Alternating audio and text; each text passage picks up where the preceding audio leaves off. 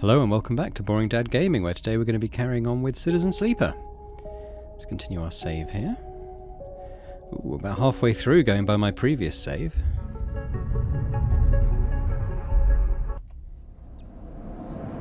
So in the last episode we'd sort of neutralised Hunter and Killer. We didn't kill them, either of them, but we kind of looped them in on themselves so they weren't really a threat to anyone anymore. And hopefully that was seen as a decent solution. Got a scrap freighter here today. We could get some money.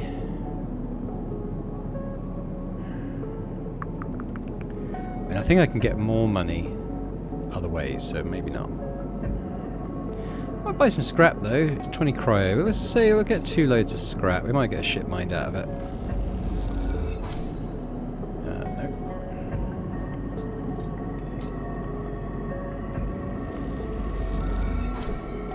Nope. Okay, I don't really want to go completely broke on that, so we'll leave that for now. In terms of goals, we're trying to save up money to help. Well, I say save up. I spent 40 credits on scrap. But in theory, we're trying to help Bliss. We're saving up 100 credits to kind of invest in her business. What else am I doing? I might do this Tavla room.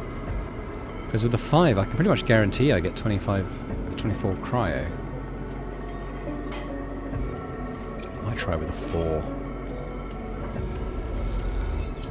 Positive outcome, 20, there we go. In terms of data, I don't have any Havenage data yet.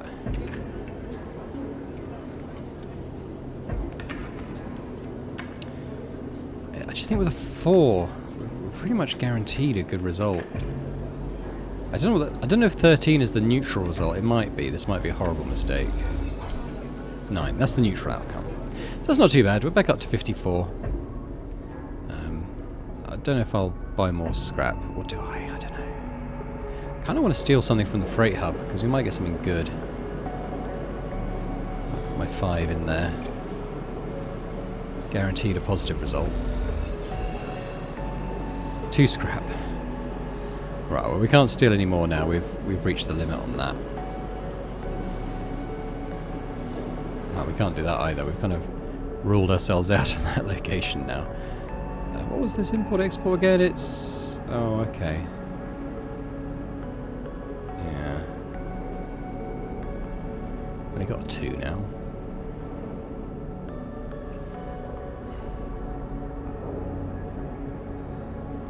We'll try doing a shift for the Min-G, maybe. So I think even a bad result, I think, is still okay. Could be wrong. I think that's okay.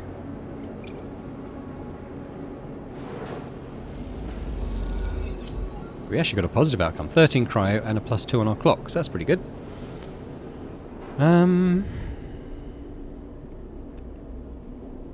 With 4 scrap, I just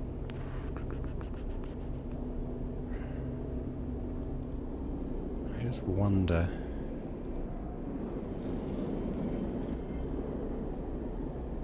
if how much that's worth to us. So we can sell the scrap. Maybe put 1 in. See how much we get. I think it's a 15. I kind of forget. 12. It's not even that much. Okay. That was a neutral outcome. Maybe. I mean, I doubt you can get a positive outcome there. In fairness.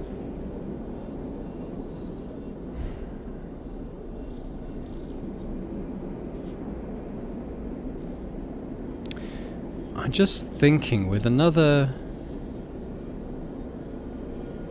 2.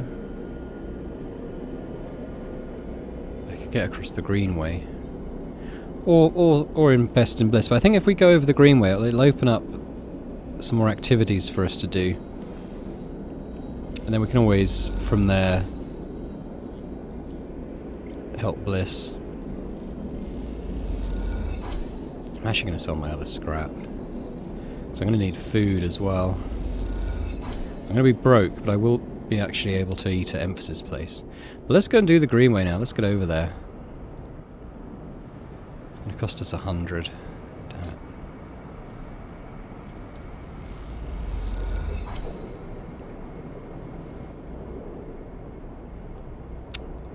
Right, we can get across there now. Take the ferry across the Founder's Gap to the Greenway. Let's go do it. As you step out into the passageway, someone barrels into you from behind, sending you stumbling down the corridor. You turn to see an unfamiliar spacer laden with heavy gear. She steadies herself, staring you down as if daring you to respond, and this is Esh, stubborn ex-XPR spacer. Sorry. She adjusts a strap on her shoulder, holding up a hand in recognition before setting off down the corridor. This is Peak, cautious XPR spacer. Oh, I'm sorry for her. A second spacer smiles at you, apologetically. She's on a mission, and when she's on a mission... They shrug. Not a problem. They smile. You're sweet. Peak! Esh stands further down the corridor, glowering at her friend. She chops at the air, pointing down the corridor to whatever end she is rushing to. Ugh. Peak raises their eyebrows at you. Esh, please, do you want everyone on this station to hate us? Esh hardens. They want to hate us. They can hate us. She drops her hip. I'm not exactly seeing much love as it is. We're lucky we got through before they set up that damn cordon. Cordon? Peak gestures in your direction. See, they don't even know what you're talking about. This station isn't Hawthorne. Not everyone has to follow some corporate protocol. Esh sighs. I'm not saying they are part of the administration. She jerks her head in your direction. But I am saying we need to get these supplies to the Briar before someone starts asking questions. The Briar? That's our ship, Peak explains. Peak. Esh rolls her eyes. What are you doing? Peak ignores her.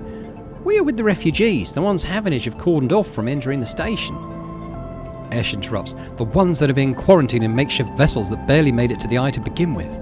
The ones that your station administrators have called an existential risk and are running out of supplies while their right to safety is being debated by people with no stake in their future. She quickly looks away, annoyed at her own outburst.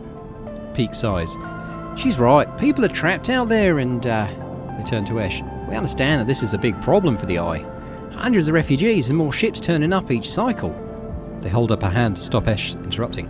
But... Esh turns away, her burning anger a palpable force in the close quarters of the corridor. They need supplies, and after everything they've been through, the quarantine isn't helping. Peak finishes. Oh, that's terrible. Esh looks back at you, her fierceness fading. Peak, please. Esh gathers herself and the supplies. Esh, we need help, just like the refugees needed us. We need others too. They smile at her. Peak turns to you. Come find us. The climbing briar is docked at the broken spoke past the greenway and the wastes. We have a good view of the cordon, though we are keeping our distance for now. Come help us. They squeeze your hand. Esh turns to leave and Peak follows, waving goodbye. A moment later, Esh shouts back down the corridor. Don't bother coming empty-handed. You want to help? Show us. Bring us supplies or don't come at all. And with that, they disappear around the corner. Esh already picking up speed as Peak calls for her to slow down. A refugee flotilla? Where are they coming from and why now? Each time you think you begin to understand this place, something changes. Right, so that's to go back. We've got the Greenway, which is an overgrown biosphere. It's another sort of exploration thing where we've got to do one of these to fill up the clock. I don't have any dice at the moment. Then we've got the Haifa commune, self-sustaining community. They want to kind of get to know us, so again, there doesn't seem to be a negative result here. It's quite a large clock. It's, 12 segments? But it can fill up fairly quickly. Then we've got the wild margins out on the edge. Again, exploration required. A bit riskier, this one. And we've got the wastes. Gather scrap. Yeah, okay. Interesting. So we can actually just gather scrap here. We don't have to buy it anymore. Then we've got the climbing briar. They've said don't come unless we've got something to give them, though, so bear that in mind. But without any dice, I'm kind of done for now. I don't suppose that was a drive. Was it getting there? No, it wasn't. So let's go back. We're going to go and sleep. Eventually we can rest on this side of the gap. But we have to kind of get in with the commune, I think, first. So let's go rest. I'm going to starve, aren't I? I mean, I'll be out of cash, but I think I need to visit Emphasis Stall. No money now. We have some Yataghan data I could go sell. I think I only get 10 each for it though, so I might hold off on that for now until I become desperate. Don't have any money to feed the cat today.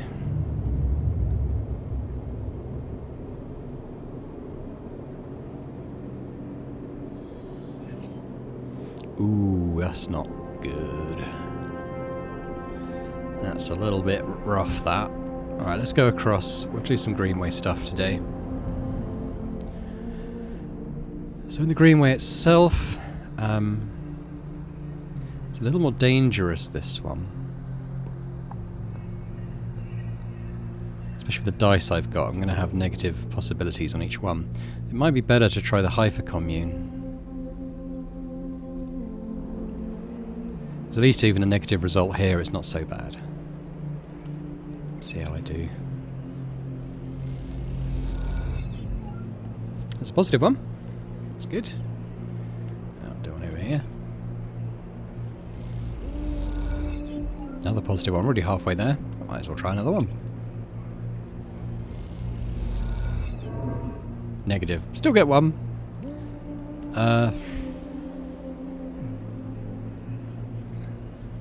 My energy filled up. I wonder why that was. Maybe it was on the positive outcome. I'll do another one. Another positive. So we've only got 2 segments left. That's not too bad. We've got to discover a new drive, which is join the Hypha commune. Yeah, okay, we should be able to do that fairly quickly. We're going to go back. Going to go rest. It's going to be time to see Ethan again soon, I think. One more day, and he's going to be back. Sabine needs a couple more cycles. Alright, let's go rest. It's quite good getting our energy up there. Sort of saves money a bit too. I didn't make any money today, but... okay, mixed results there. Oh, it's Ethan. Can't remember his accent. You miss me? Ethan smiles a ragged smile at you. No. You look at him. He is paler than usual, hunched. He's sporting a black eye and more than a few cycles of beard growth. Oh, that's no way to greet an old friend. Friend? Well, he pauses. Colleague? He smiles weakly. This is big, really big stuff. About you. He seems more jittery than usual, on edge. You remember how S&R cancelled the contract on you? The contract I was gonna collect? Seriously, Ethan? Well, I'm guessing you were pretty happy about that shit. Overjoyed. Me? I lost everything, but let's not worry about that. He smiles sarcastically. And so what did you think? That was it? I was glad just to be done with you. Oh, the feeling was mutual, except... Ethan leaves a dramatic pause. What if old S&R gave the bounty to someone else? Someone who was even more of a shithead than yours truly. He smiles darkly. What a disaster that would be. You're bluffing. Sure, you could think that. But then you'll wake up, or not, with a bullet in your head one of these cycles. And if you could think, which you won't be able to because of the bullet, you'd be thinking, oh, I wish I'd listened to Ethan. He grins. Ethan fishes around in his pocket for a slip of paper. I've been speaking to some friends, you see, some colleagues, about what went down. And it turns out S&R cancelled all their bounty contracts. The whole lot. It seems they brought someone in-house. Some guy who did so well on their last contract they got offered a job. He leans in. Apparently, he made a hit in a ship called the Winter Wonderland or something. Winterlight, that's the one that we were researching in previous episodes. It was smuggling sleepers out from under S&R, big corporate nose. He killed the crew and blew the ship. Ethan whistles. They called him Hamwick or Maywick or something. He gives up looking for the paper. Forget. You mean Winterlight? That's it. He looks at you hard. So you do know about all this. He pats you on the shoulder. Then you'll be very happy to hear what I'm about to offer you. Ethan runs his hands through his greasy hair. Given this new information I brought to light, it seems like you were in need of, protection. I'm not paying you anything. Easy, I'll get to that. He looks down the corridor. Meanwhile, I'm in need of assistance in kind. It turns out I upset some people at the compressor the last time we were there. The owners. And they say they'll space me unless I work off the debt. Seems that they are that kind of businessmen. He grimaces. I would pay them, but... He shrugs and turns his jacket pockets inside out in a mime of poverty. He looks pitiful, even more so for his clownish acting. Then work it off. You should be glad. The anger rising in him now, that I came here and told you this. You think anyone is out looking out for you? You were a contract, a name on a list. He kicks the wall. Ethan rubs his temples. I'm sorry, he hisses. I'm sorry for being a shit and trying to kill you, and whacking that thick skull of yours. He sighs. You think I want to go up against this guy? But us... He jabs a finger between the two of you. We don't have a choice. So you keep me from getting killed, and I'll do the same for you. We can help each other. Straight 50-50 deal. He looks at you.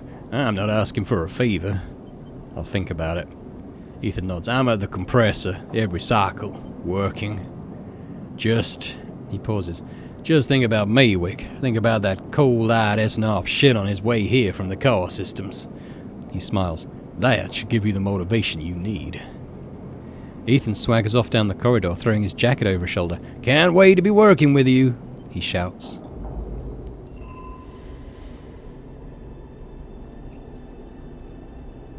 What's our new drive? Okay, so what's going on in the compressor? Wow, he's got a lot of debt. Oh, and you only add one or two at a time. Jesus, pleases. I don't think I helped Ethan before. He may have got spaced. I don't know. But I'm not helping him. I don't have the money. I literally don't have any money. Let's go across the Greenway. Let's get in with this commune and see if we can do that. Tempted to use the ones just because I only need 2. The negative result is still a 1. That's all we need. I think that was a good trade. So we have Haifa Dorm. Something's going on there, but we also have Rico, commune botanist. Let's go speak to Rico. You head down into the Haifa compound, following a blue painted line that is labelled Laboratories. The member you were assigned to work with told you they'd be asked to see you, but you still have no idea what about. The line takes you to a blue door, and through to a glass-roofed chamber where a network of stems and leaves filters the sunlight coming through the ceiling, casting the whole chamber into a strange yellow-green. Peaceful, isn't it? Distracted by the green, you miss the woman standing at a lab bench, camouflaged by the dappled light. Welcome to my sanctuary, she smiles. Come, let's talk, she says and beckons you closer. What is this place? Here? These were processing centers for the agriculture of the old corporate station. She offers a hand to shake. I'm Rico. I run the botany program at Haifa. What is Haifa? She looks surprised. You've been working in the compound for a while now. I'm surprised you don't know more. She lifts a tiny sample jar. Yellow spores dance inside. Haifa lives off the land of the Greenway. It's what allows us to live like we do. No one here pays or is paid. We sleep here. We feed each other. We work for each other. Rico walks away from the bench and waves for you to follow. She opens a small door and leads you down a glass corridor surrounded by vivid green. All this, she says, gesturing at the overgrowth, it's a kind of miracle. She looks at you with bright eyes. What do you think usually happens to plants on stations like this when they're abandoned? They die? Eventually, yes. They cannot live without intervention. She leads you left at a crossroads. But here they endured. She smiles to herself. Actually, no. They thrived. You look at the bright tendrils wrapped around the metal frames of the corridor. They look dominant, strong, like they're taking control of this place. Rico continues. Of course, Solheim tried to create a stable biosphere here. patchworking the surface with gardens and algae tanks that feed into a network of microbial reclamation systems. But the Greenway was always envisioned as an extractive, a place from which the harvest is removed and sold to those living on the station, not a closed loop. For this reason, when the collapse came, the Greenway should have gone with it. Erlin himself was so convinced of it that his first colony never even came here to try and reclaim it. The Eye instead relied on outside favours and influences, ships from the inner system, and small-scale agricultural systems like kelp and fungal farm stacks. And yet, here we are, among growth and decay, a biosphere flourishing. When Sci-Fi came here, we expected to find only vacuum-dried stalks and leaves and perhaps some fungal colonies hidden in the mulch. But we found a jungle. With this, Rico hits a button on the wall and leads you through a large pair of double doors into a huge, impossible chamber. It is every kind of green, from the pale algae tanks to the dark vines that surround them. It is wet too, a rarity on the Eye. Condensation clouds the light from the high glass roof and gathers on the shiny, broad leaves of shrubs. How? That is exactly our question. Rico turns to you, visibly excited by the room you're both standing in. It doesn't make sense, but in many ways the system has stabilized. Unlike the farm stacks closer to the gap who need input to support their meager output, this place runs itself. Perhaps Solheim managed something new here. Perhaps they tweaked their plants, or built new systems buried deep below us. Or perhaps their collapse caused some fortunate cascade, an unlikely chemical reaction within the biosphere. That's what I'd like you to help me find out. She turns to you, her forehead wet with dew. Me? Yes, you. Rico sits on a railing. These halls run deep, Sleeper, and I'm getting old. She stamps her foot on the metal grating of the walkway. Whatever is causing this, it's to be found in the groves deep in the Greenway. Sci-Fi won't spare anyone for an expedition. It's too dangerous and unnecessary. They say. I can make the case, but I can't get the votes. You Sleepers are hardy beings. I know that much, and you can speak to the Eye, uncover its secrets in ways I never can. She holds out an arm so you can help her stand. Bring me samples, spores, seeds, and blooms. I can grow them in the lab and study them. The deeper they are found, the better. I will try. Thank you, she smiles, and thank you for listening. Rico leads you back out of the huge chamber and up through the passages. She is a little slower now and stumbles on the steps. You help her where you can. It is good to have new blood in the commune, she says. Many of us have been here a long time, and few come through. She settles back at her bench in the lab, stretching her legs. You go to leave. Come back if you find something, Sleeper, she calls. There are discoveries to be made. And you follow the blue line back up out of the compound, all the time thinking of that impossible magical green. Oh. Okay, so we've got some stuff. I think we just sleep in the dorm. I think that's all we can do. It's a free place to sleep. Ooh, but we're on a bit of a clock for this Maywick character. It's quite a lot of time. Probably go quick. So we can deliver spores. We haven't got any of those yet. But I know where we can get them. We need to explore the Greenway itself. I might do the dangerous one with my 5. So that's 100% positive then. We'll get a 3 for that.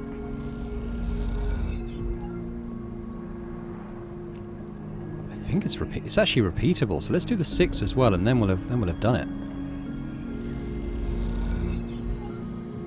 Cool.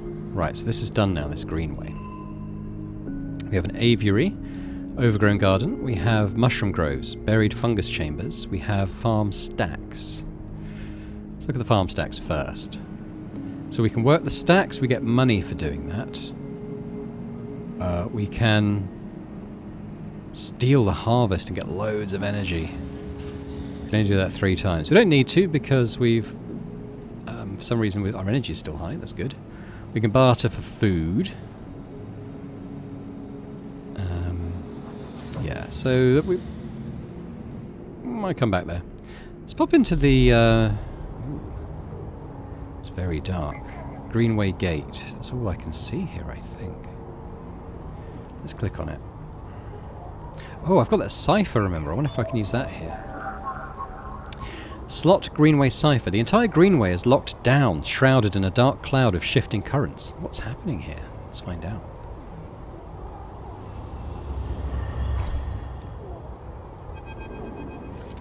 The cloud, in the data ghost of the eye. The Greenway roils beneath you like a silt-choked river. If what Navigator said was true, then no one has accessed these networks since the collapse. The Hunter and Killer protocols have never set foot here, never cleared out the intelligences and systems. So why then, you wonder, does it look so dark? Is it just that the bit rot has set in? The entropy of systems reducing everything to shadows and light? You watch as the slotted cipher fizzles in the one open, distorted gateway on this entire rim of the station. It flickers and winks out, and then you are falling into the flow. A river of swirling darkness. You are spun by it, twisted by it, lost in it. It is not that the Greenway was hiding in the darkness. It is made of darkness. It is filled by this substance, this process, this swarm. Now you are among it. You notice that a swarm is exactly what it is. 1 billion individuals moving in a flow. There is no network map here, no nodes and threads, only a storm of interchangeable points, shifting configuration endlessly. Then you see them. A figure turned away, the only bright spot in the dark river. You push closer through the storm. This is Gardner, ingrown farm administrator. They are facing away, at least you think so. They are so fractured, so overgrown that it is hard to tell. Even from this distance you can see their flesh is moving, flowing. You watch silent as they stoop and reach down. In their hand is a dark shape, and with twisted fingers they press it down into the loam of data beneath them, pushing it through this trembling soil. Then they move away, go a little further and repeat the process as if they were sowing a field. You push forward, but somehow, despite their slow and deliberate speed, they move faster, and they quickly fade into the storm. You reach the point where they planted the object and look down. There it is, a glassy, shifting polygon with something inside. You reach down and pick it up. It is cold, but it thrums with energy. You look towards the path of the figure, but they are long gone. When you blink out of the cloud back to the leaves and the dappled light of the Greenway, you hold a seed in your hand.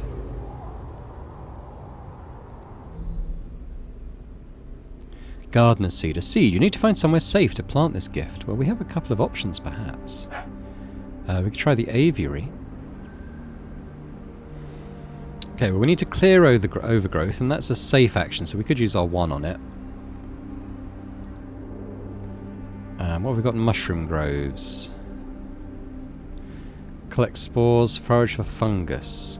And these are good. We need to take 3 girolles to Emphis to progress his little thing. Oh, we get 2 grove spores from this one, but both of these are risky or dangerous actions, so we can't really use our 1 there. So I think we'll input it here. I mean, we've got a 50%... No, I think we've got a 100% chance of only getting 1, to be honest. Oh, we got 2. Neutral. Oh, that's not bad. And I think once we've cleared this, we can plant the seed, which we'll aim to do. We've got full energy, so I don't need to go and eat. That's one good thing about being over here. Got 2 more areas to explore still. Okay. I think we're going to win the cycle. I'm sure the cat's fine.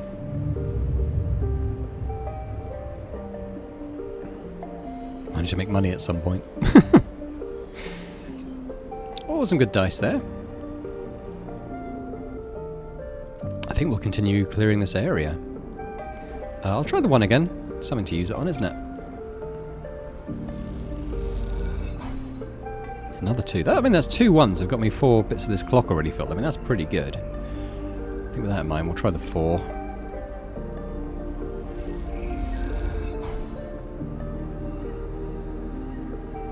So with positive outcomes, I can get 3. So actually, these 2 dice will complete this wheel. And I think then we'll plant our seed in the soil here.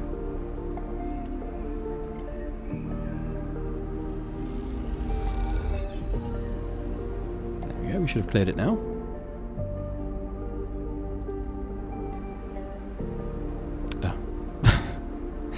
Germinate spores. Okay, I need spores here to do that. Okay, so I can't plant the seed here. I thought I could. Never mind.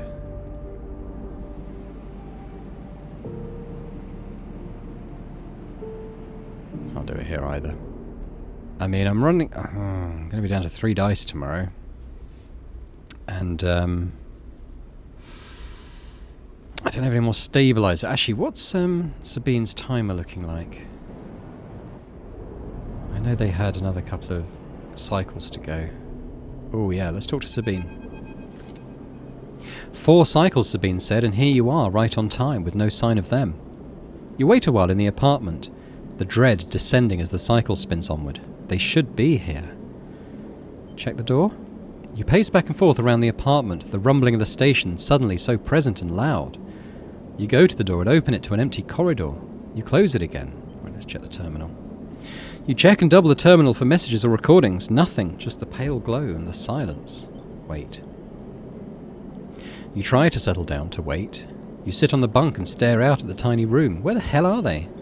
A knock at the door. I guess we open it. This is Rabia, a loyal Yatagan lieutenant. A figure stands in the door and immediately you know it is not Sabine. They are taller, sharper, and something in their face glints in the half-light. A dark shape like a stubby baton hangs loosely from her hand. Our local sleeper. Good to finally meet you. She steps into the apartment, glancing around with sharp eyes. What, may I ask, are you doing here? She fixes you with a steady, unwavering stare. I'm waiting for a friend. Of course, a mutual friend of ours, the good doctor. She walks past you into the apartment, glancing around. We set them up here, you know. This place is one of ours. She picks up a glass from the dispenser and inspects it. People always seem to forget who put them where they are. She glances at you. And I suppose you're here to help. Where are they? I was hoping you would be able to help with that. She spins the baton in her fingers by her side, her eyes not leaving yours. We have a problem, you and I. Seems that our friend has disappeared.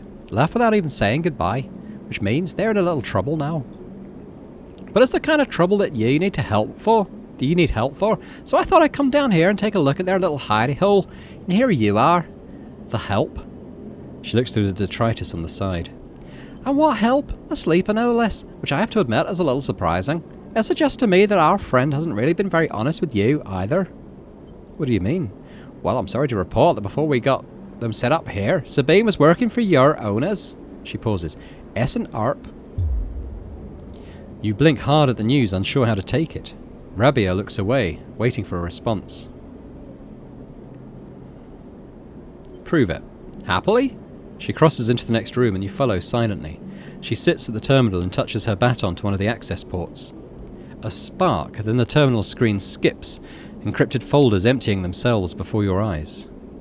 In the flicker of the files, you see S&ARP letterheads and code forms, reports laden with medical data marked with the corporate logo like the sigil of some cult. Rabia steps away from the terminal. Look all you want. Some of your files may even be here. The volume of documents is overwhelming, but they seem to mostly be reports on early emulation tests, surveys with sleeper candidates, reams and reams of usage data. If Sabine was an S&ARP employee, why did they help you? Rabia reaches over and places a vial of stabilizer on the desk, breaking your concentration. It shimmers in the screen light, its viscous, clear liquid crystalline within the glass.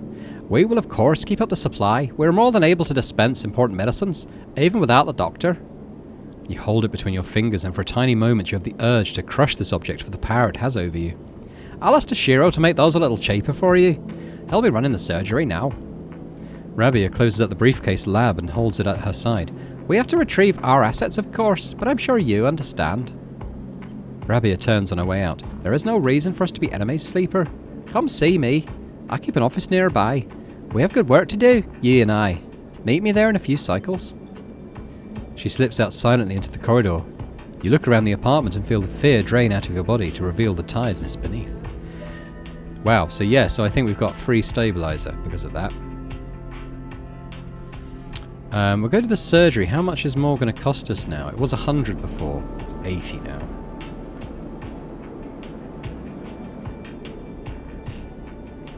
I mean, the good news is that we have 2 upgrade points, so I can get another perk. That's an interesting one, because we can use dice to get scrap, which basically means we can use dice to upgrade our condition, which will make us less reliant on stabilizer. Or all prices are discounted. I think I'll get the discount first, and then we'll use this one as our next one. So if I go here now, I'm hoping it should be 60? 64. Okay, well, so the 20% discount is applied. It was, yeah, 25% would have gone down to 60. Well, that's good. Does that mean Memphis is cheaper now? 12? Yeah. And I have no money at all, but that's still good. Got the stabilizer too. Okay, well, that was very worth doing. I'm going to go and sleep for free over at the commune.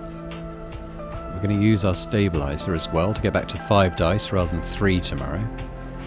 I don't know if it's... No, I like to have more dice. I think I'm just going to use the stabilizer to try and stay on top of having 4 or 5 dice every day if I can. I will end this cycle. Good dice, please.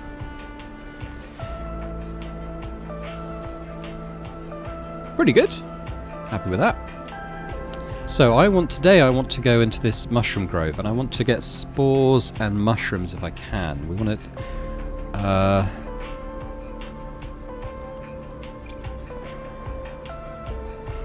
think that's worth trying with the 4. If it's good, I might use the other 4.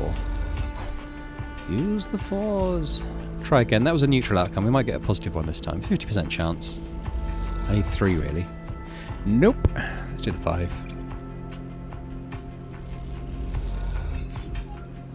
There we go. So we can go and plant these now in the other place we cleared.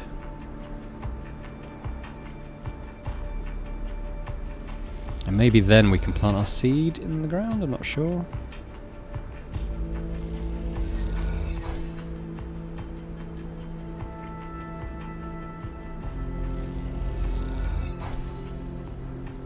There we go. Okay, it's going to grow stuff. It's going to take 4 cycles. Fine. She wanted fungal spores, didn't she? Yeah, so let's do another one of those. I might use our 6 to get another couple here. And then we can fill up that as well. I would like to do the girolles, but not with a 1.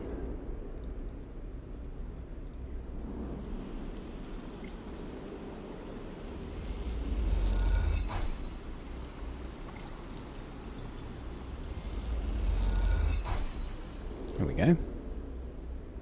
Let's go and talk to Rico again. Sleeper! Rico greets you without so much as looking up from her work. Now I have some of yours here. Come see.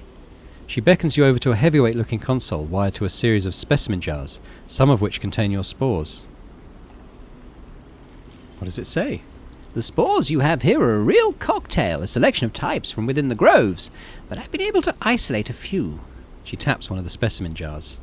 Here we have Tricholoma matsutaki. Rico breezes through the Latin and Japanese pronunciation as if it was nothing unlike me. A species Solheim somewhat modified for use on the station. She brings up a panel on her console showing a chemical composition, all gradiented bars and obtuse acronyms. This is the composition of the Solheim-modified Matsutaki spores. Modified? Yes, every species on the eye is a tweaked variant of Solheim's, of course, but that's not the point. Rico brings up another panel, identical in layout but with wildly different colours and numbers. You see, this is what your Matsutaki spores look like. They aren't the same. That's the conclusion, yes. Rico glances at the specimen jar as if it might have something to add. They are fundamentally the same spores, but they carry different chemicals, different signals. She leans back and sighs. Solheim may have introduced their own tweaked versions in the beginning, but the groves have, and still are, affecting them. Affecting them how? It's hard to tell without samples of fully grown mushrooms. She meets your eye. And herein lies our problem. She moves to another desk where 2 trays sit side by side. The first contains nothing but plant mulch. The second you smell before even look at it. The pungent aroma of the fruiting matsutake like rotting, sodden overalls, laced with an edge of spice. The matsutake here are grown from Solheim stocks, pulled from a spore vault in this complex. She winks. They are delicious, by the way. She sets them aside. The empty tray is germinated with the spores you collected. No activity, no germination. Nothing. But the groves are full. Yes, they are. Rico looks at you directly, and you suddenly realise how much she is enjoying this. So here is our puzzle, Sleeper. Spores from the groves won't grow in the lab.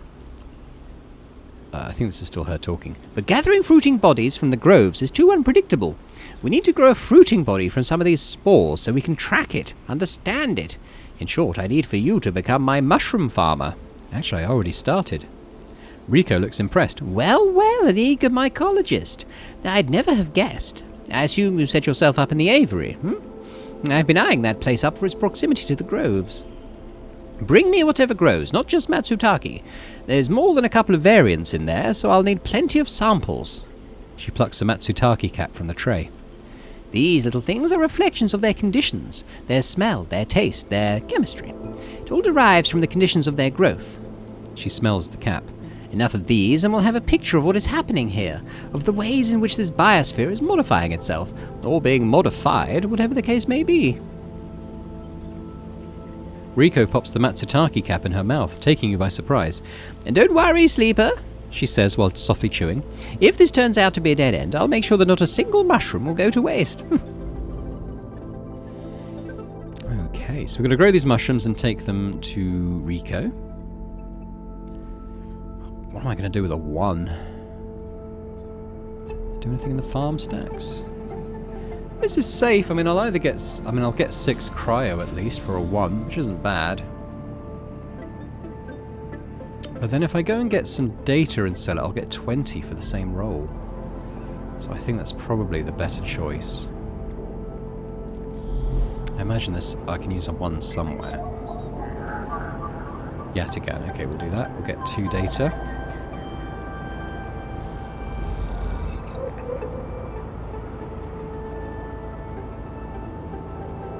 Yeah.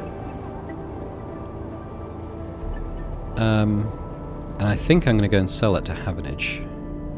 I need food at this point.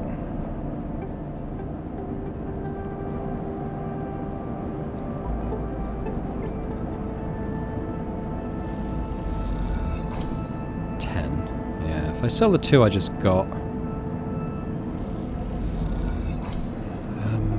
I guess I'll keep a couple. Although, to be honest, they're not hard to get. If I need more in the future, I'll just get them then. I think the 40 is a little more valuable to me at the moment. As broke as I am.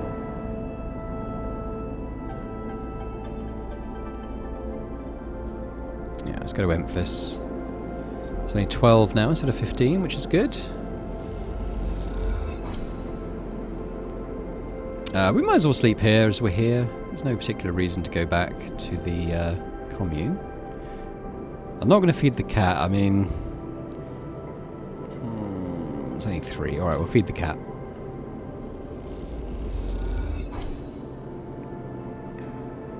I'll end the cycle.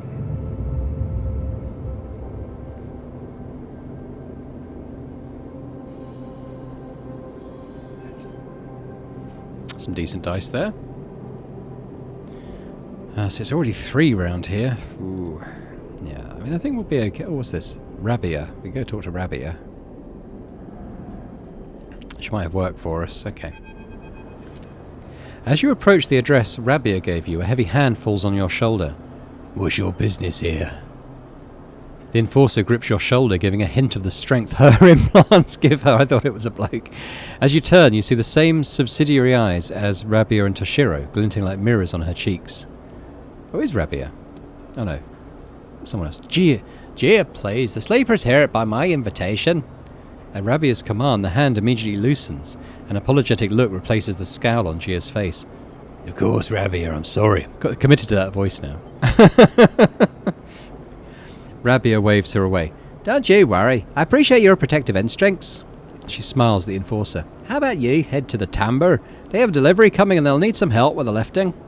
Gia nods and walks away. So, Sleeper, you came. I'm glad. It didn't feel like an offer. I'm sorry for that. She smiles a tight smile. You have to understand. Finding you there in Sabine's unit, I wasn't sure where we stood. There are more than a few people on this station who would rather I was dead. I had to be sure you weren't one of them. I wish you no harm. I'm glad. Rabia begins walking and gestures for you to walk with her. She takes you down a staircase into the bustling walkways of the low end. What do you know about Yaragan? You run the low end. She laughs. That sounds impressive. We run out of the low end, yes. We don't run it. People with carts push past, moving crates of supplies around the thin and winding passages. Our reputation is one that implies threat. Is that fair to say? We're framed as aggressors, parasites, criminals. She gestures around at the people in the passageway. But when was the last time you saw a lawmaker on the eye? A policeman? Who makes the laws here? Havenage? Yes, they like to believe so, don't they? By claiming a lineage that extends back into Erling's union, they assume the burden of authority. But they have no authority here out past the Bright Market, where few work in their shipyard will pay for their docking berths. If you had spent your time in the low end, maybe your opinion of us would be different. This is our place, our people. The low end was empty in Erling's time. They didn't need to house thousands, and keeping the yards and the rotunda safe was work enough. No, the low end was reclaimed later, when the refugees started arriving. Rabia meets your eye. The collapse didn't just happen here on this station. When Solheim collapsed, the entire system felt it. Colonies were abandoned. The moons of Ember and Cinder suddenly gained independence overnight. Some took advantage, some tried to hold it together, some fled. The Eye became a refuge, and Erlen, to his credit, extended an open hand to everyone. But many within his organisation disagreed, and those new arrivals weren't as simple to corral as they hoped. Rabia leads you through a small market hall, busy with small stalls and traders. Erlen's union was made of workers, administrators, people who were malleable and already organised into hierarchies and networks. The refugees came from different factions and families, were scared, injured, desperate. Conflict was inevitable. Yaragan is a child of that conflict, a child born out of the need for us to stand up and claim our future.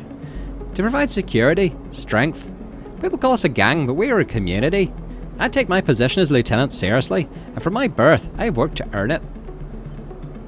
Rabia catches herself before she raises her voice any further, and you both walk in silence for a while among the smells and textures of the low end. You start to wonder if this place can be a home for you too. Where do I come into this? Rabia smiles to herself and thinks for a moment before she responds. I believe that you understand the importance of a refuge, so I also believe that you wish to help keep this place safe. She exhales quietly. For this reason, I would like you to trust me. I do not know what Sabine told you about us, but I imagine it was not good. I'll be honest with you, Sleeper. I was never comfortable with having Sabine as part of Yaragan.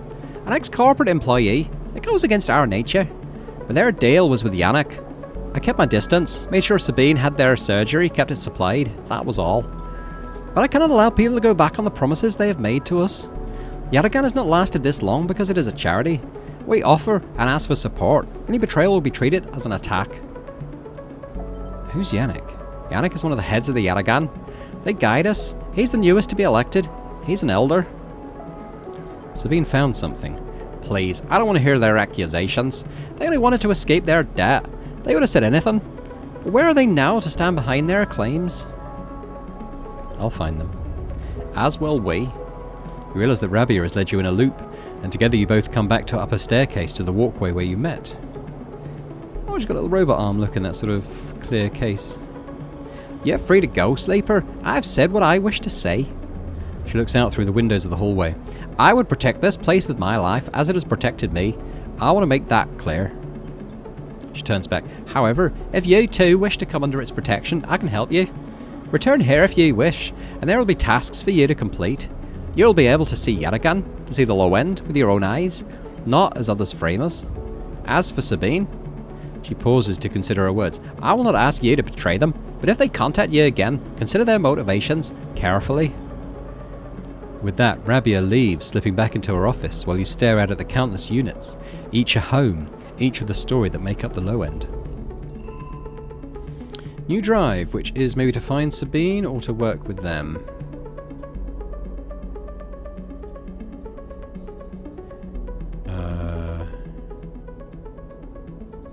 Probably work for Rabia, isn't it?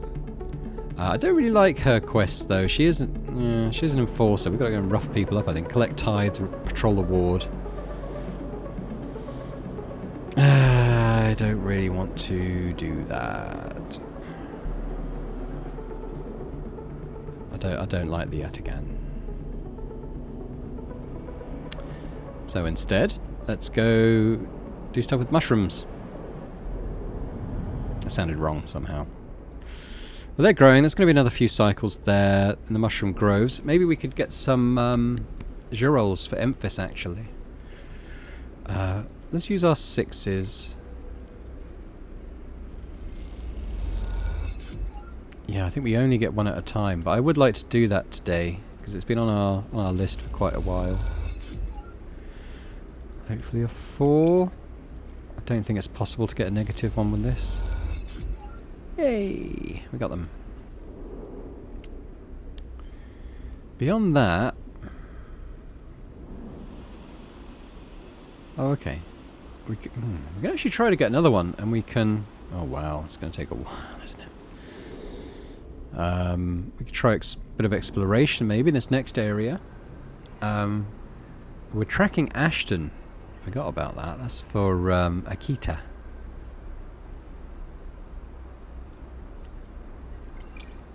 There is a chance of losing 3 energy, which would be bad. But I don't want to lose condition either. It's a low chance. We'll take a risk. Oh, okay, neutral. It's not too bad. I'm not going to do 2 though, because it's dangerous. And this one too. This is just gathering scrap. Lose quite a lot of condition if you fail that. What perk... Oh, I've got... No. What perk did I get? Yeah, the discount.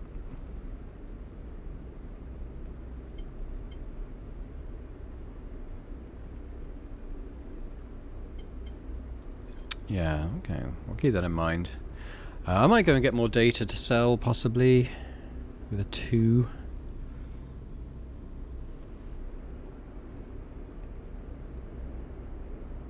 I think it's probably about as much as I can do. I could get money here, although the chance of a positive outcome is 25. We'll give it a go. It saves me running off. Negative outcome, 6 cryo. Okay. Better than a slap in the face. Well, let's go back to Emphis and we'll give him these girolles. As he's been waiting quite a while. Might get a free feed out of it.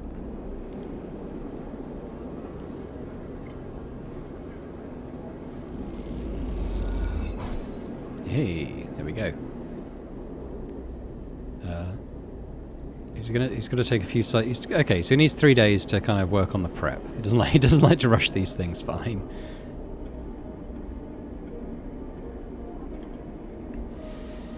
Well, I do need a bit of food. Maybe we'll get some rations at the bar for 10. 8 now. That's good.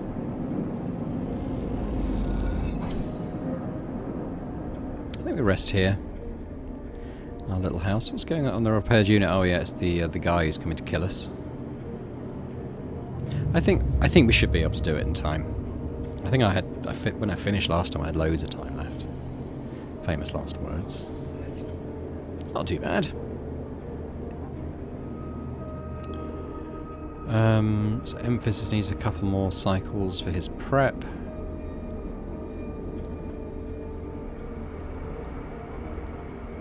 I don't think there's much up that wheel except investing in bliss, which will take us a little while. We're not really engaged in activities at the moment that really pay out, so that's a bit annoying. Maybe we'll do a bit more exploration. Let's find this Ashton, and then we can hand him in to Akita and Kita.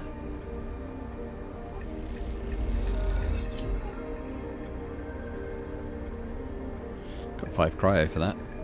I think we'll do that again.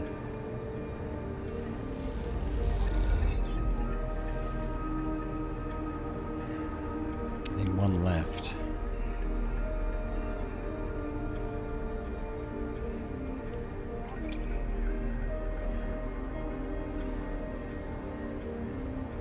75% chance of pulling it off. Okay, let's do it. Neutral outcome. Good. Okay, we finished the wheel. The trail ahead extends deep into an overgrown section of the greenway. At this far end of the ring, where the long, lazy curve of the greenway becomes the shattered landscape of the wastes, things are oddly quiet. Ahead stands a vast farm stack, broken from its axis by rust or force, and lying amongst the overgrown landscape like an ancient temple. It is stained with moss and algae, flows of green running out from its broken tanks like a frozen, brackish tide.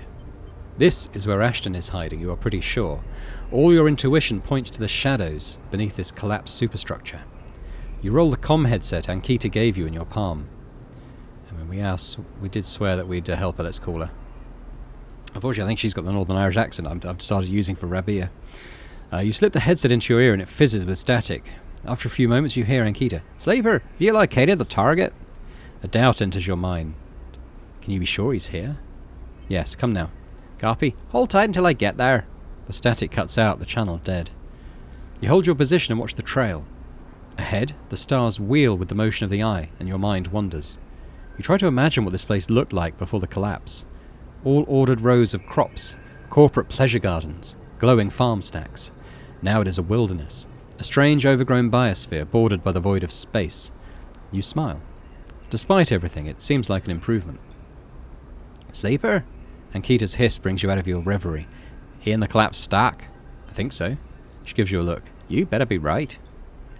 Well, there's no way I'm following that trail. If he's up there, I'll have eyes on that for sure. She glances across the landscape.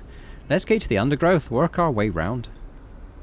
She heads off towards the central spine of the greenway with you following close behind. It is slow going there, where the overgrowth meets the metal wall, but it is so concealed that you can barely see the glass roof high above. Ankita somehow seems to know where to go. Ankita works her way through dense undergrowth, pushing aside branches and fronds. It is exhausting, and you desperately want to rest, but Ankita shows no sign of letting up. Up ahead there is a faint glow from the collapsed stack. Ankita leads you around the side to a broken tank. You both step through the opening, trying to avoid the broken glass that sits among the moss and algae. You work your way up the slanted tank, Ankita setting a deliberate pace. Somewhere water drips, and you swear you hear birdsong. Hanging plants catch the light, coating the place in pale and sickly green. Ankita reaches the edge of the tank, where it meets the central drum, and holds up a hand for you to stop. You inch forward and look over the edge. The vast drum is like a cistern, with plants growing on all sides and wet mossy islands at its base. It is beautiful, and for a moment you can't see anything but tones of green. Then you see the sleeper. In a faint circle of light descending down through the drum, the sleeper lies slumped at an odd angle. They're surrounded by crates, and beside them on one of the mossy islands there is an object. A cylinder set on a tarp. It is connected to the sleeper's head. You flinch. Are they one of the others? One of the ones that escaped with you? You squint, trying to recognize them. They are twisted, broken open, wrong. You look away. Ankita doesn't look at you. She doesn't look at the sleeper. She fixes her eyes on the object. That's Amber's ship, mind, she says, and you suddenly recognize the cylinder. Wait. You turn to Ankita to speak, but she is already gone. She drops off the edge of the tank and lands on one of the mossy islands, her armor letting out a hiss as it absorbs the impact. The shot hits her shoulder piece, the ceramic armor cracking, but holding as she braces into the impact. Then she launches herself forward, the now activated armor launching her across the drum. Another shot goes wide before she reaches the cover of the crates beside the sleeper. Shit! Oh, shit! You hear the shout from one of the tanks high on the far wall. Ankita reaches over and wraps a hand around the thick connection between the shipmind and the sleeper. What is she doing? You better come down here or I'll rip this right out of their head! She screams at the wall of tanks. You shiver at the suggestion. Stop! Quiet, sleeper! Ankita shouts. A shot rips through the moss beside you, filling your vision with green. The shooter must be somewhere on the other side of the tank. Do that again and I swear to God I'll tear their head off! Ankita shouts to them. Sleeper, you stay down! There's a long pause. All you can hear is the dripping of the water running down the walls of the drum. Then Ashton calls out. I'm coming down, Ankita. Don't do anything stupid for God's sake. He appears at the far side of the drum, stepping through the shallow water, rifle raised above his head. Drop the gun, Ankita shouts. He throws it down onto the moss. As you lean out to watch, you see him catch your eye, clocking your presence. What are you up to here, Ashton, you sicko? She stands, keeping her sidearm trained on his head. You ripped my ship mine for what? Some freakish experiment? Ashton approaches with shaking hands, his eyes now fixed on the connecting bundle of wires that Ankita still has hold of. Steady, Ankita. It isn't like that.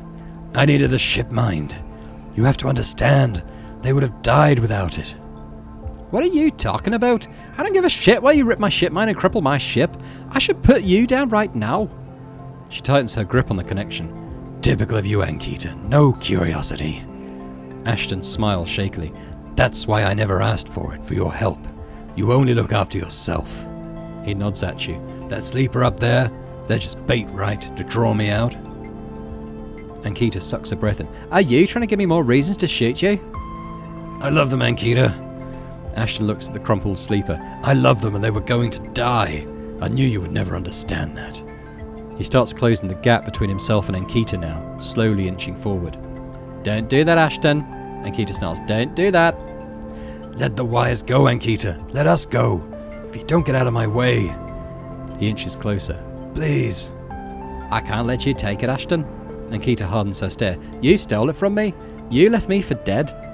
She shakes her head. You think I'm going to trust you? After all that? I need it, Ankita. I need them to survive. Ashton is in reach of the sleeper now, of Ankita. I'm going to take them now, Ankita. He raises a hand. I'm going to take the ship mine and go. Ankita loosens her grip on the connection a little. Her hand is shaking now. Stop, Ashton. She lowers the gun a little. Stop. Seeing her drop her guard, he makes his move. A blur of movement, a struggle, a shot, another and another. You recoil back behind the edge as they ricochet around the inside of the drum, the sound deafening you. When you crawl back to the edge, Ashton is bleeding into the water, the red and the green. Ankita is standing at the centre of the drum, the severed connection in her hand. The water drips endlessly, drip after drip after drip. You force yourself to look at the broken sleeper. There is no sign of life, of humanity. They are just another broken object among the other broken objects. While all around, living things grow and thrive. Ankita finally looks back up at you, tears in her eyes. She begins to say something that might be sorry, but you are already gone. Yikes. That escalated quickly, didn't it? Whew. Okay, I'm going to have another look here, see if there's any network stuff to do. I don't think there is, though. No. So, can wait for the mushrooms to grow. I think we'll go back and maybe get a couple of data caches with our ones. I could try and do shifts for Ninja Express. I mean, a bad result is getting less money, but we'll fill the clock up. I think. Neutral? Yep, 9 cryo, fangs targets, sounds good to me. Might be able to fill this up. Negative. Alright, we actually lost an energy. That wasn't listed as a possibility. Okay. So we still need one on that. Need another couple of days on emphasis stall. Need to eat. Let's get some dry rations.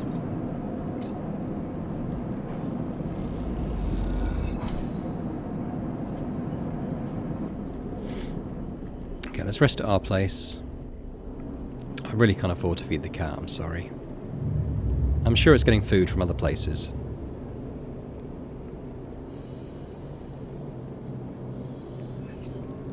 Ooh, that's not good. Only a quarter of the way through the mercenaries clock now. So what I want to do, let's do another Minji. Let's get Feng's thing going, because his thing is that he's going to disable our tracker for us, so that's pretty good. But if I can get away with using a 2, try it. Yay! Okay.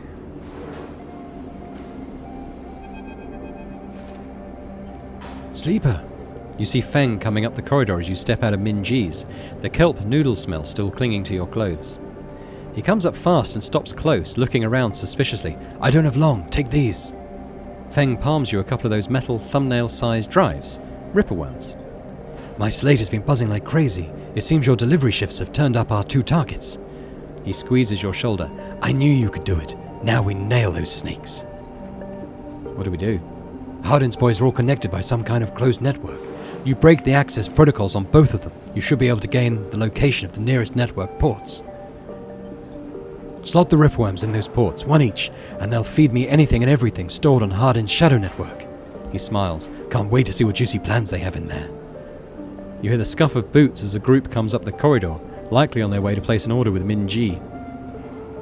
You turn for a second, and when you look back, Feng is already halfway down the corridor in the opposite direction. He raises a hand in farewell and is gone. You run your fingers over the tiny ripperworm drives in your pocket and smile to yourself as you wonder how mad Jenna will be at Feng for this little excursion. Time to slot some worms. Where are his targets? They might be in the network end. A couple of ships here now. By a ship mine fragment. I mean, if we did both of those, we'd end up with a full ship mine. I don't actually currently need a ship mine, so I might wait. We can haggle over prices. I think we'll be alright. Got more scrap, but I'm kind of okay for that at the moment. I need money more than anything. Right, let's go network. We've got ripper things to do. Harden agent, this is the one. So we need a 6 or a 4. Have a 4. That's pretty lucky. And what about the other dude? A 5 or a 3. I actually have a 3 too. We could do both of these. So let's do that. Harden agent port unlocked. Okay. So if we do that, we can slit the ripperworm in.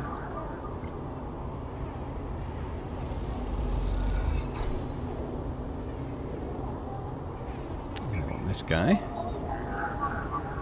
4.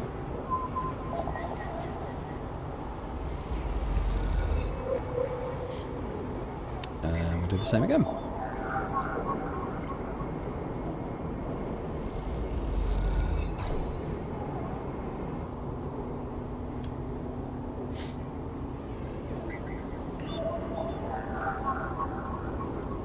I think we'll leave now. I'll save my 2 a little bit. I think we can go straight back to Feng here. As you walk into the tambour, you quickly spot Feng arguing with Jenna. Now let's approach.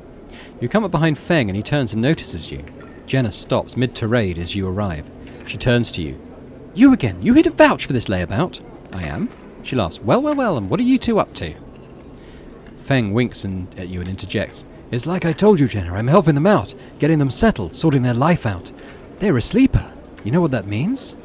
Jenna softens. She looks a little embarrassed. Of course I know. She stops to think. Look, Feng, I get it. You're trying to help. But if you want to keep this job, you're going to need to be a bit more reliable. Feng nods solemnly. Won't happen again, Jenna, I promise. She looks suspiciously between the two of you. Okay, then. She turns to you. And look, I didn't mean to... Just be cool, all right? She turns and walks back into the bar. Well, I didn't know you'd stand up for me, Sleeper. Feng claps you on the back. I appreciate the solidarity. He takes out his slate, pulsing with pale light. Now, let's take a look at what you're really here for. The slate is a whirring mess of code streams coming direct from the ripperworms as they dig through the agent's data and spin it into threads for the slate to pick up. Anything good? Feng scrolls the display with a finger. A lot of junk, a lot of dull as hell message threads, a lot of tedious data caches, but... Feng's eyes flash. Definitely some good stuff. He stops the screen scrolling on an entry and expands it. Check this out. Feng shows you the screen. You see a bold corporate logo, not Solheim's, and a word below. Conway, Feng says. He's working with Conway. Conway Extractions, right? Feng nods. He's been speaking with them personally. Got a whole chain of messages here, but it's mostly encrypted or redacted. He rubs his head. Damn it, this is juicy, but we can't nail him with it. He scrolls some more. Wait, what's this? A wasteland reclamation facility? Right here on the eye. He glances at you. What's the bet this place is tucked into the wastes? Conway is set up here? I'm guessing so. Got themselves set up in the wastes. Back before the collapse, people would have got there by going down the connected spoke from the hub. But that spoke's broken now, so the only way is the long way round the rim, past the greenway. He shows you his slate. Feng looks away, thinking. Conway have been making moves on this system since the collapse. I heard they took over one of Solheim's old belt colonies a while ago. Moved everyone out and reclaimed the whole rock. What's their angle? Hardin has to be offering them something. Feng looks back at the screen. But if Hardin is involved in it, then we need to check it out, simple as that. So what's next? Feng stares out into the middle distance. We have to get to that facility. The answer to whatever Hardin has been prepping, been planning, has to be there. And we are going to catch him in the act. Give me 5, maybe 6 cycles, and then I'll see you on the greenway. I seem to remember there's some old service docks on the outer shell up by the Haifa building. Should be a good place to meet. Feng squeezes your shoulder. Thanks again, Sleeper, for sticking with this. I haven't forgotten about that tracker of yours either, but I'm going to need to be back in my bay to pull a solution together. He turns the slate around to face you, showing a massive scrolling code. I've been working on a fix in my brakes. He winks. Feng grins widely. Now I've got to ask for some time off from Jenna. Wish me luck. He waves as he walks back to the bar where Jenna is standing, a look of deep exhaustion in her eyes. Hey, new drive. I think that's only 1 though for us, isn't it? 2, okay. So what do we want to do? Have a reroll? And again, I think I'm okay for a reroll because even 1s and 2s are useful. You can go and get the data, which you can sell for credits, so I'm happy enough for that. But maybe being able to use scrap to repair our condition is good, because we're less reliant on the, the thing we buy. I've forgotten what it's called now. A stabilizer. That's it. So we're down to 4 dice again now. Before I know it, it's going to be 3. This episode's been going on for a little while, so I will wrap it up very shortly. I just need to have a quick think of what I want to do with this 2 that I've got. Don't think I can do anything on the greenway. Let's just get some agent data. Maybe a Havenage one. I'll sell it. So I need the money.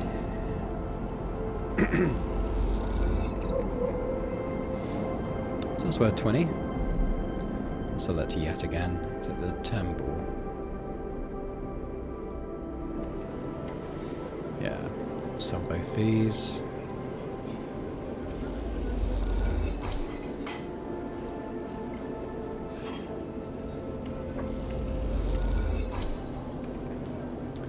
There. We'll just rest up and then we will leave it there. Ooh, self-repair, yeah. See, I've got that perk now. I don't actually have any scrap at the moment. But it's good to have the option, I think. We're going to be starving, so actually let's just... why don't we get some food before we leave off?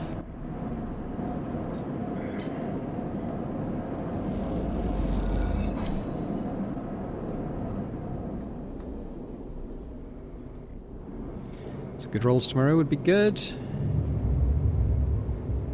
think there's be a fair amount to do tomorrow. I think we've got the mushrooms, then we've got Emphis. So, yeah. We've got decent dice. Okay, so we're going to leave it there for now. So thanks very much for watching this episode of Citizen Sleeper. Lots to do when we come back. If you did enjoy it, then please do hit the thumbs up button on the video. And leave a comment. Let me know what you think about the game, this playthrough, the various characters. And Keita's story as well ended on a bit of a difficult note. What did you think about the way that played out? Also subscribe if you've not done so already to the channel, that would be amazing, and I'll hope to see you next time for more Citizen Sleeper. Bye for now.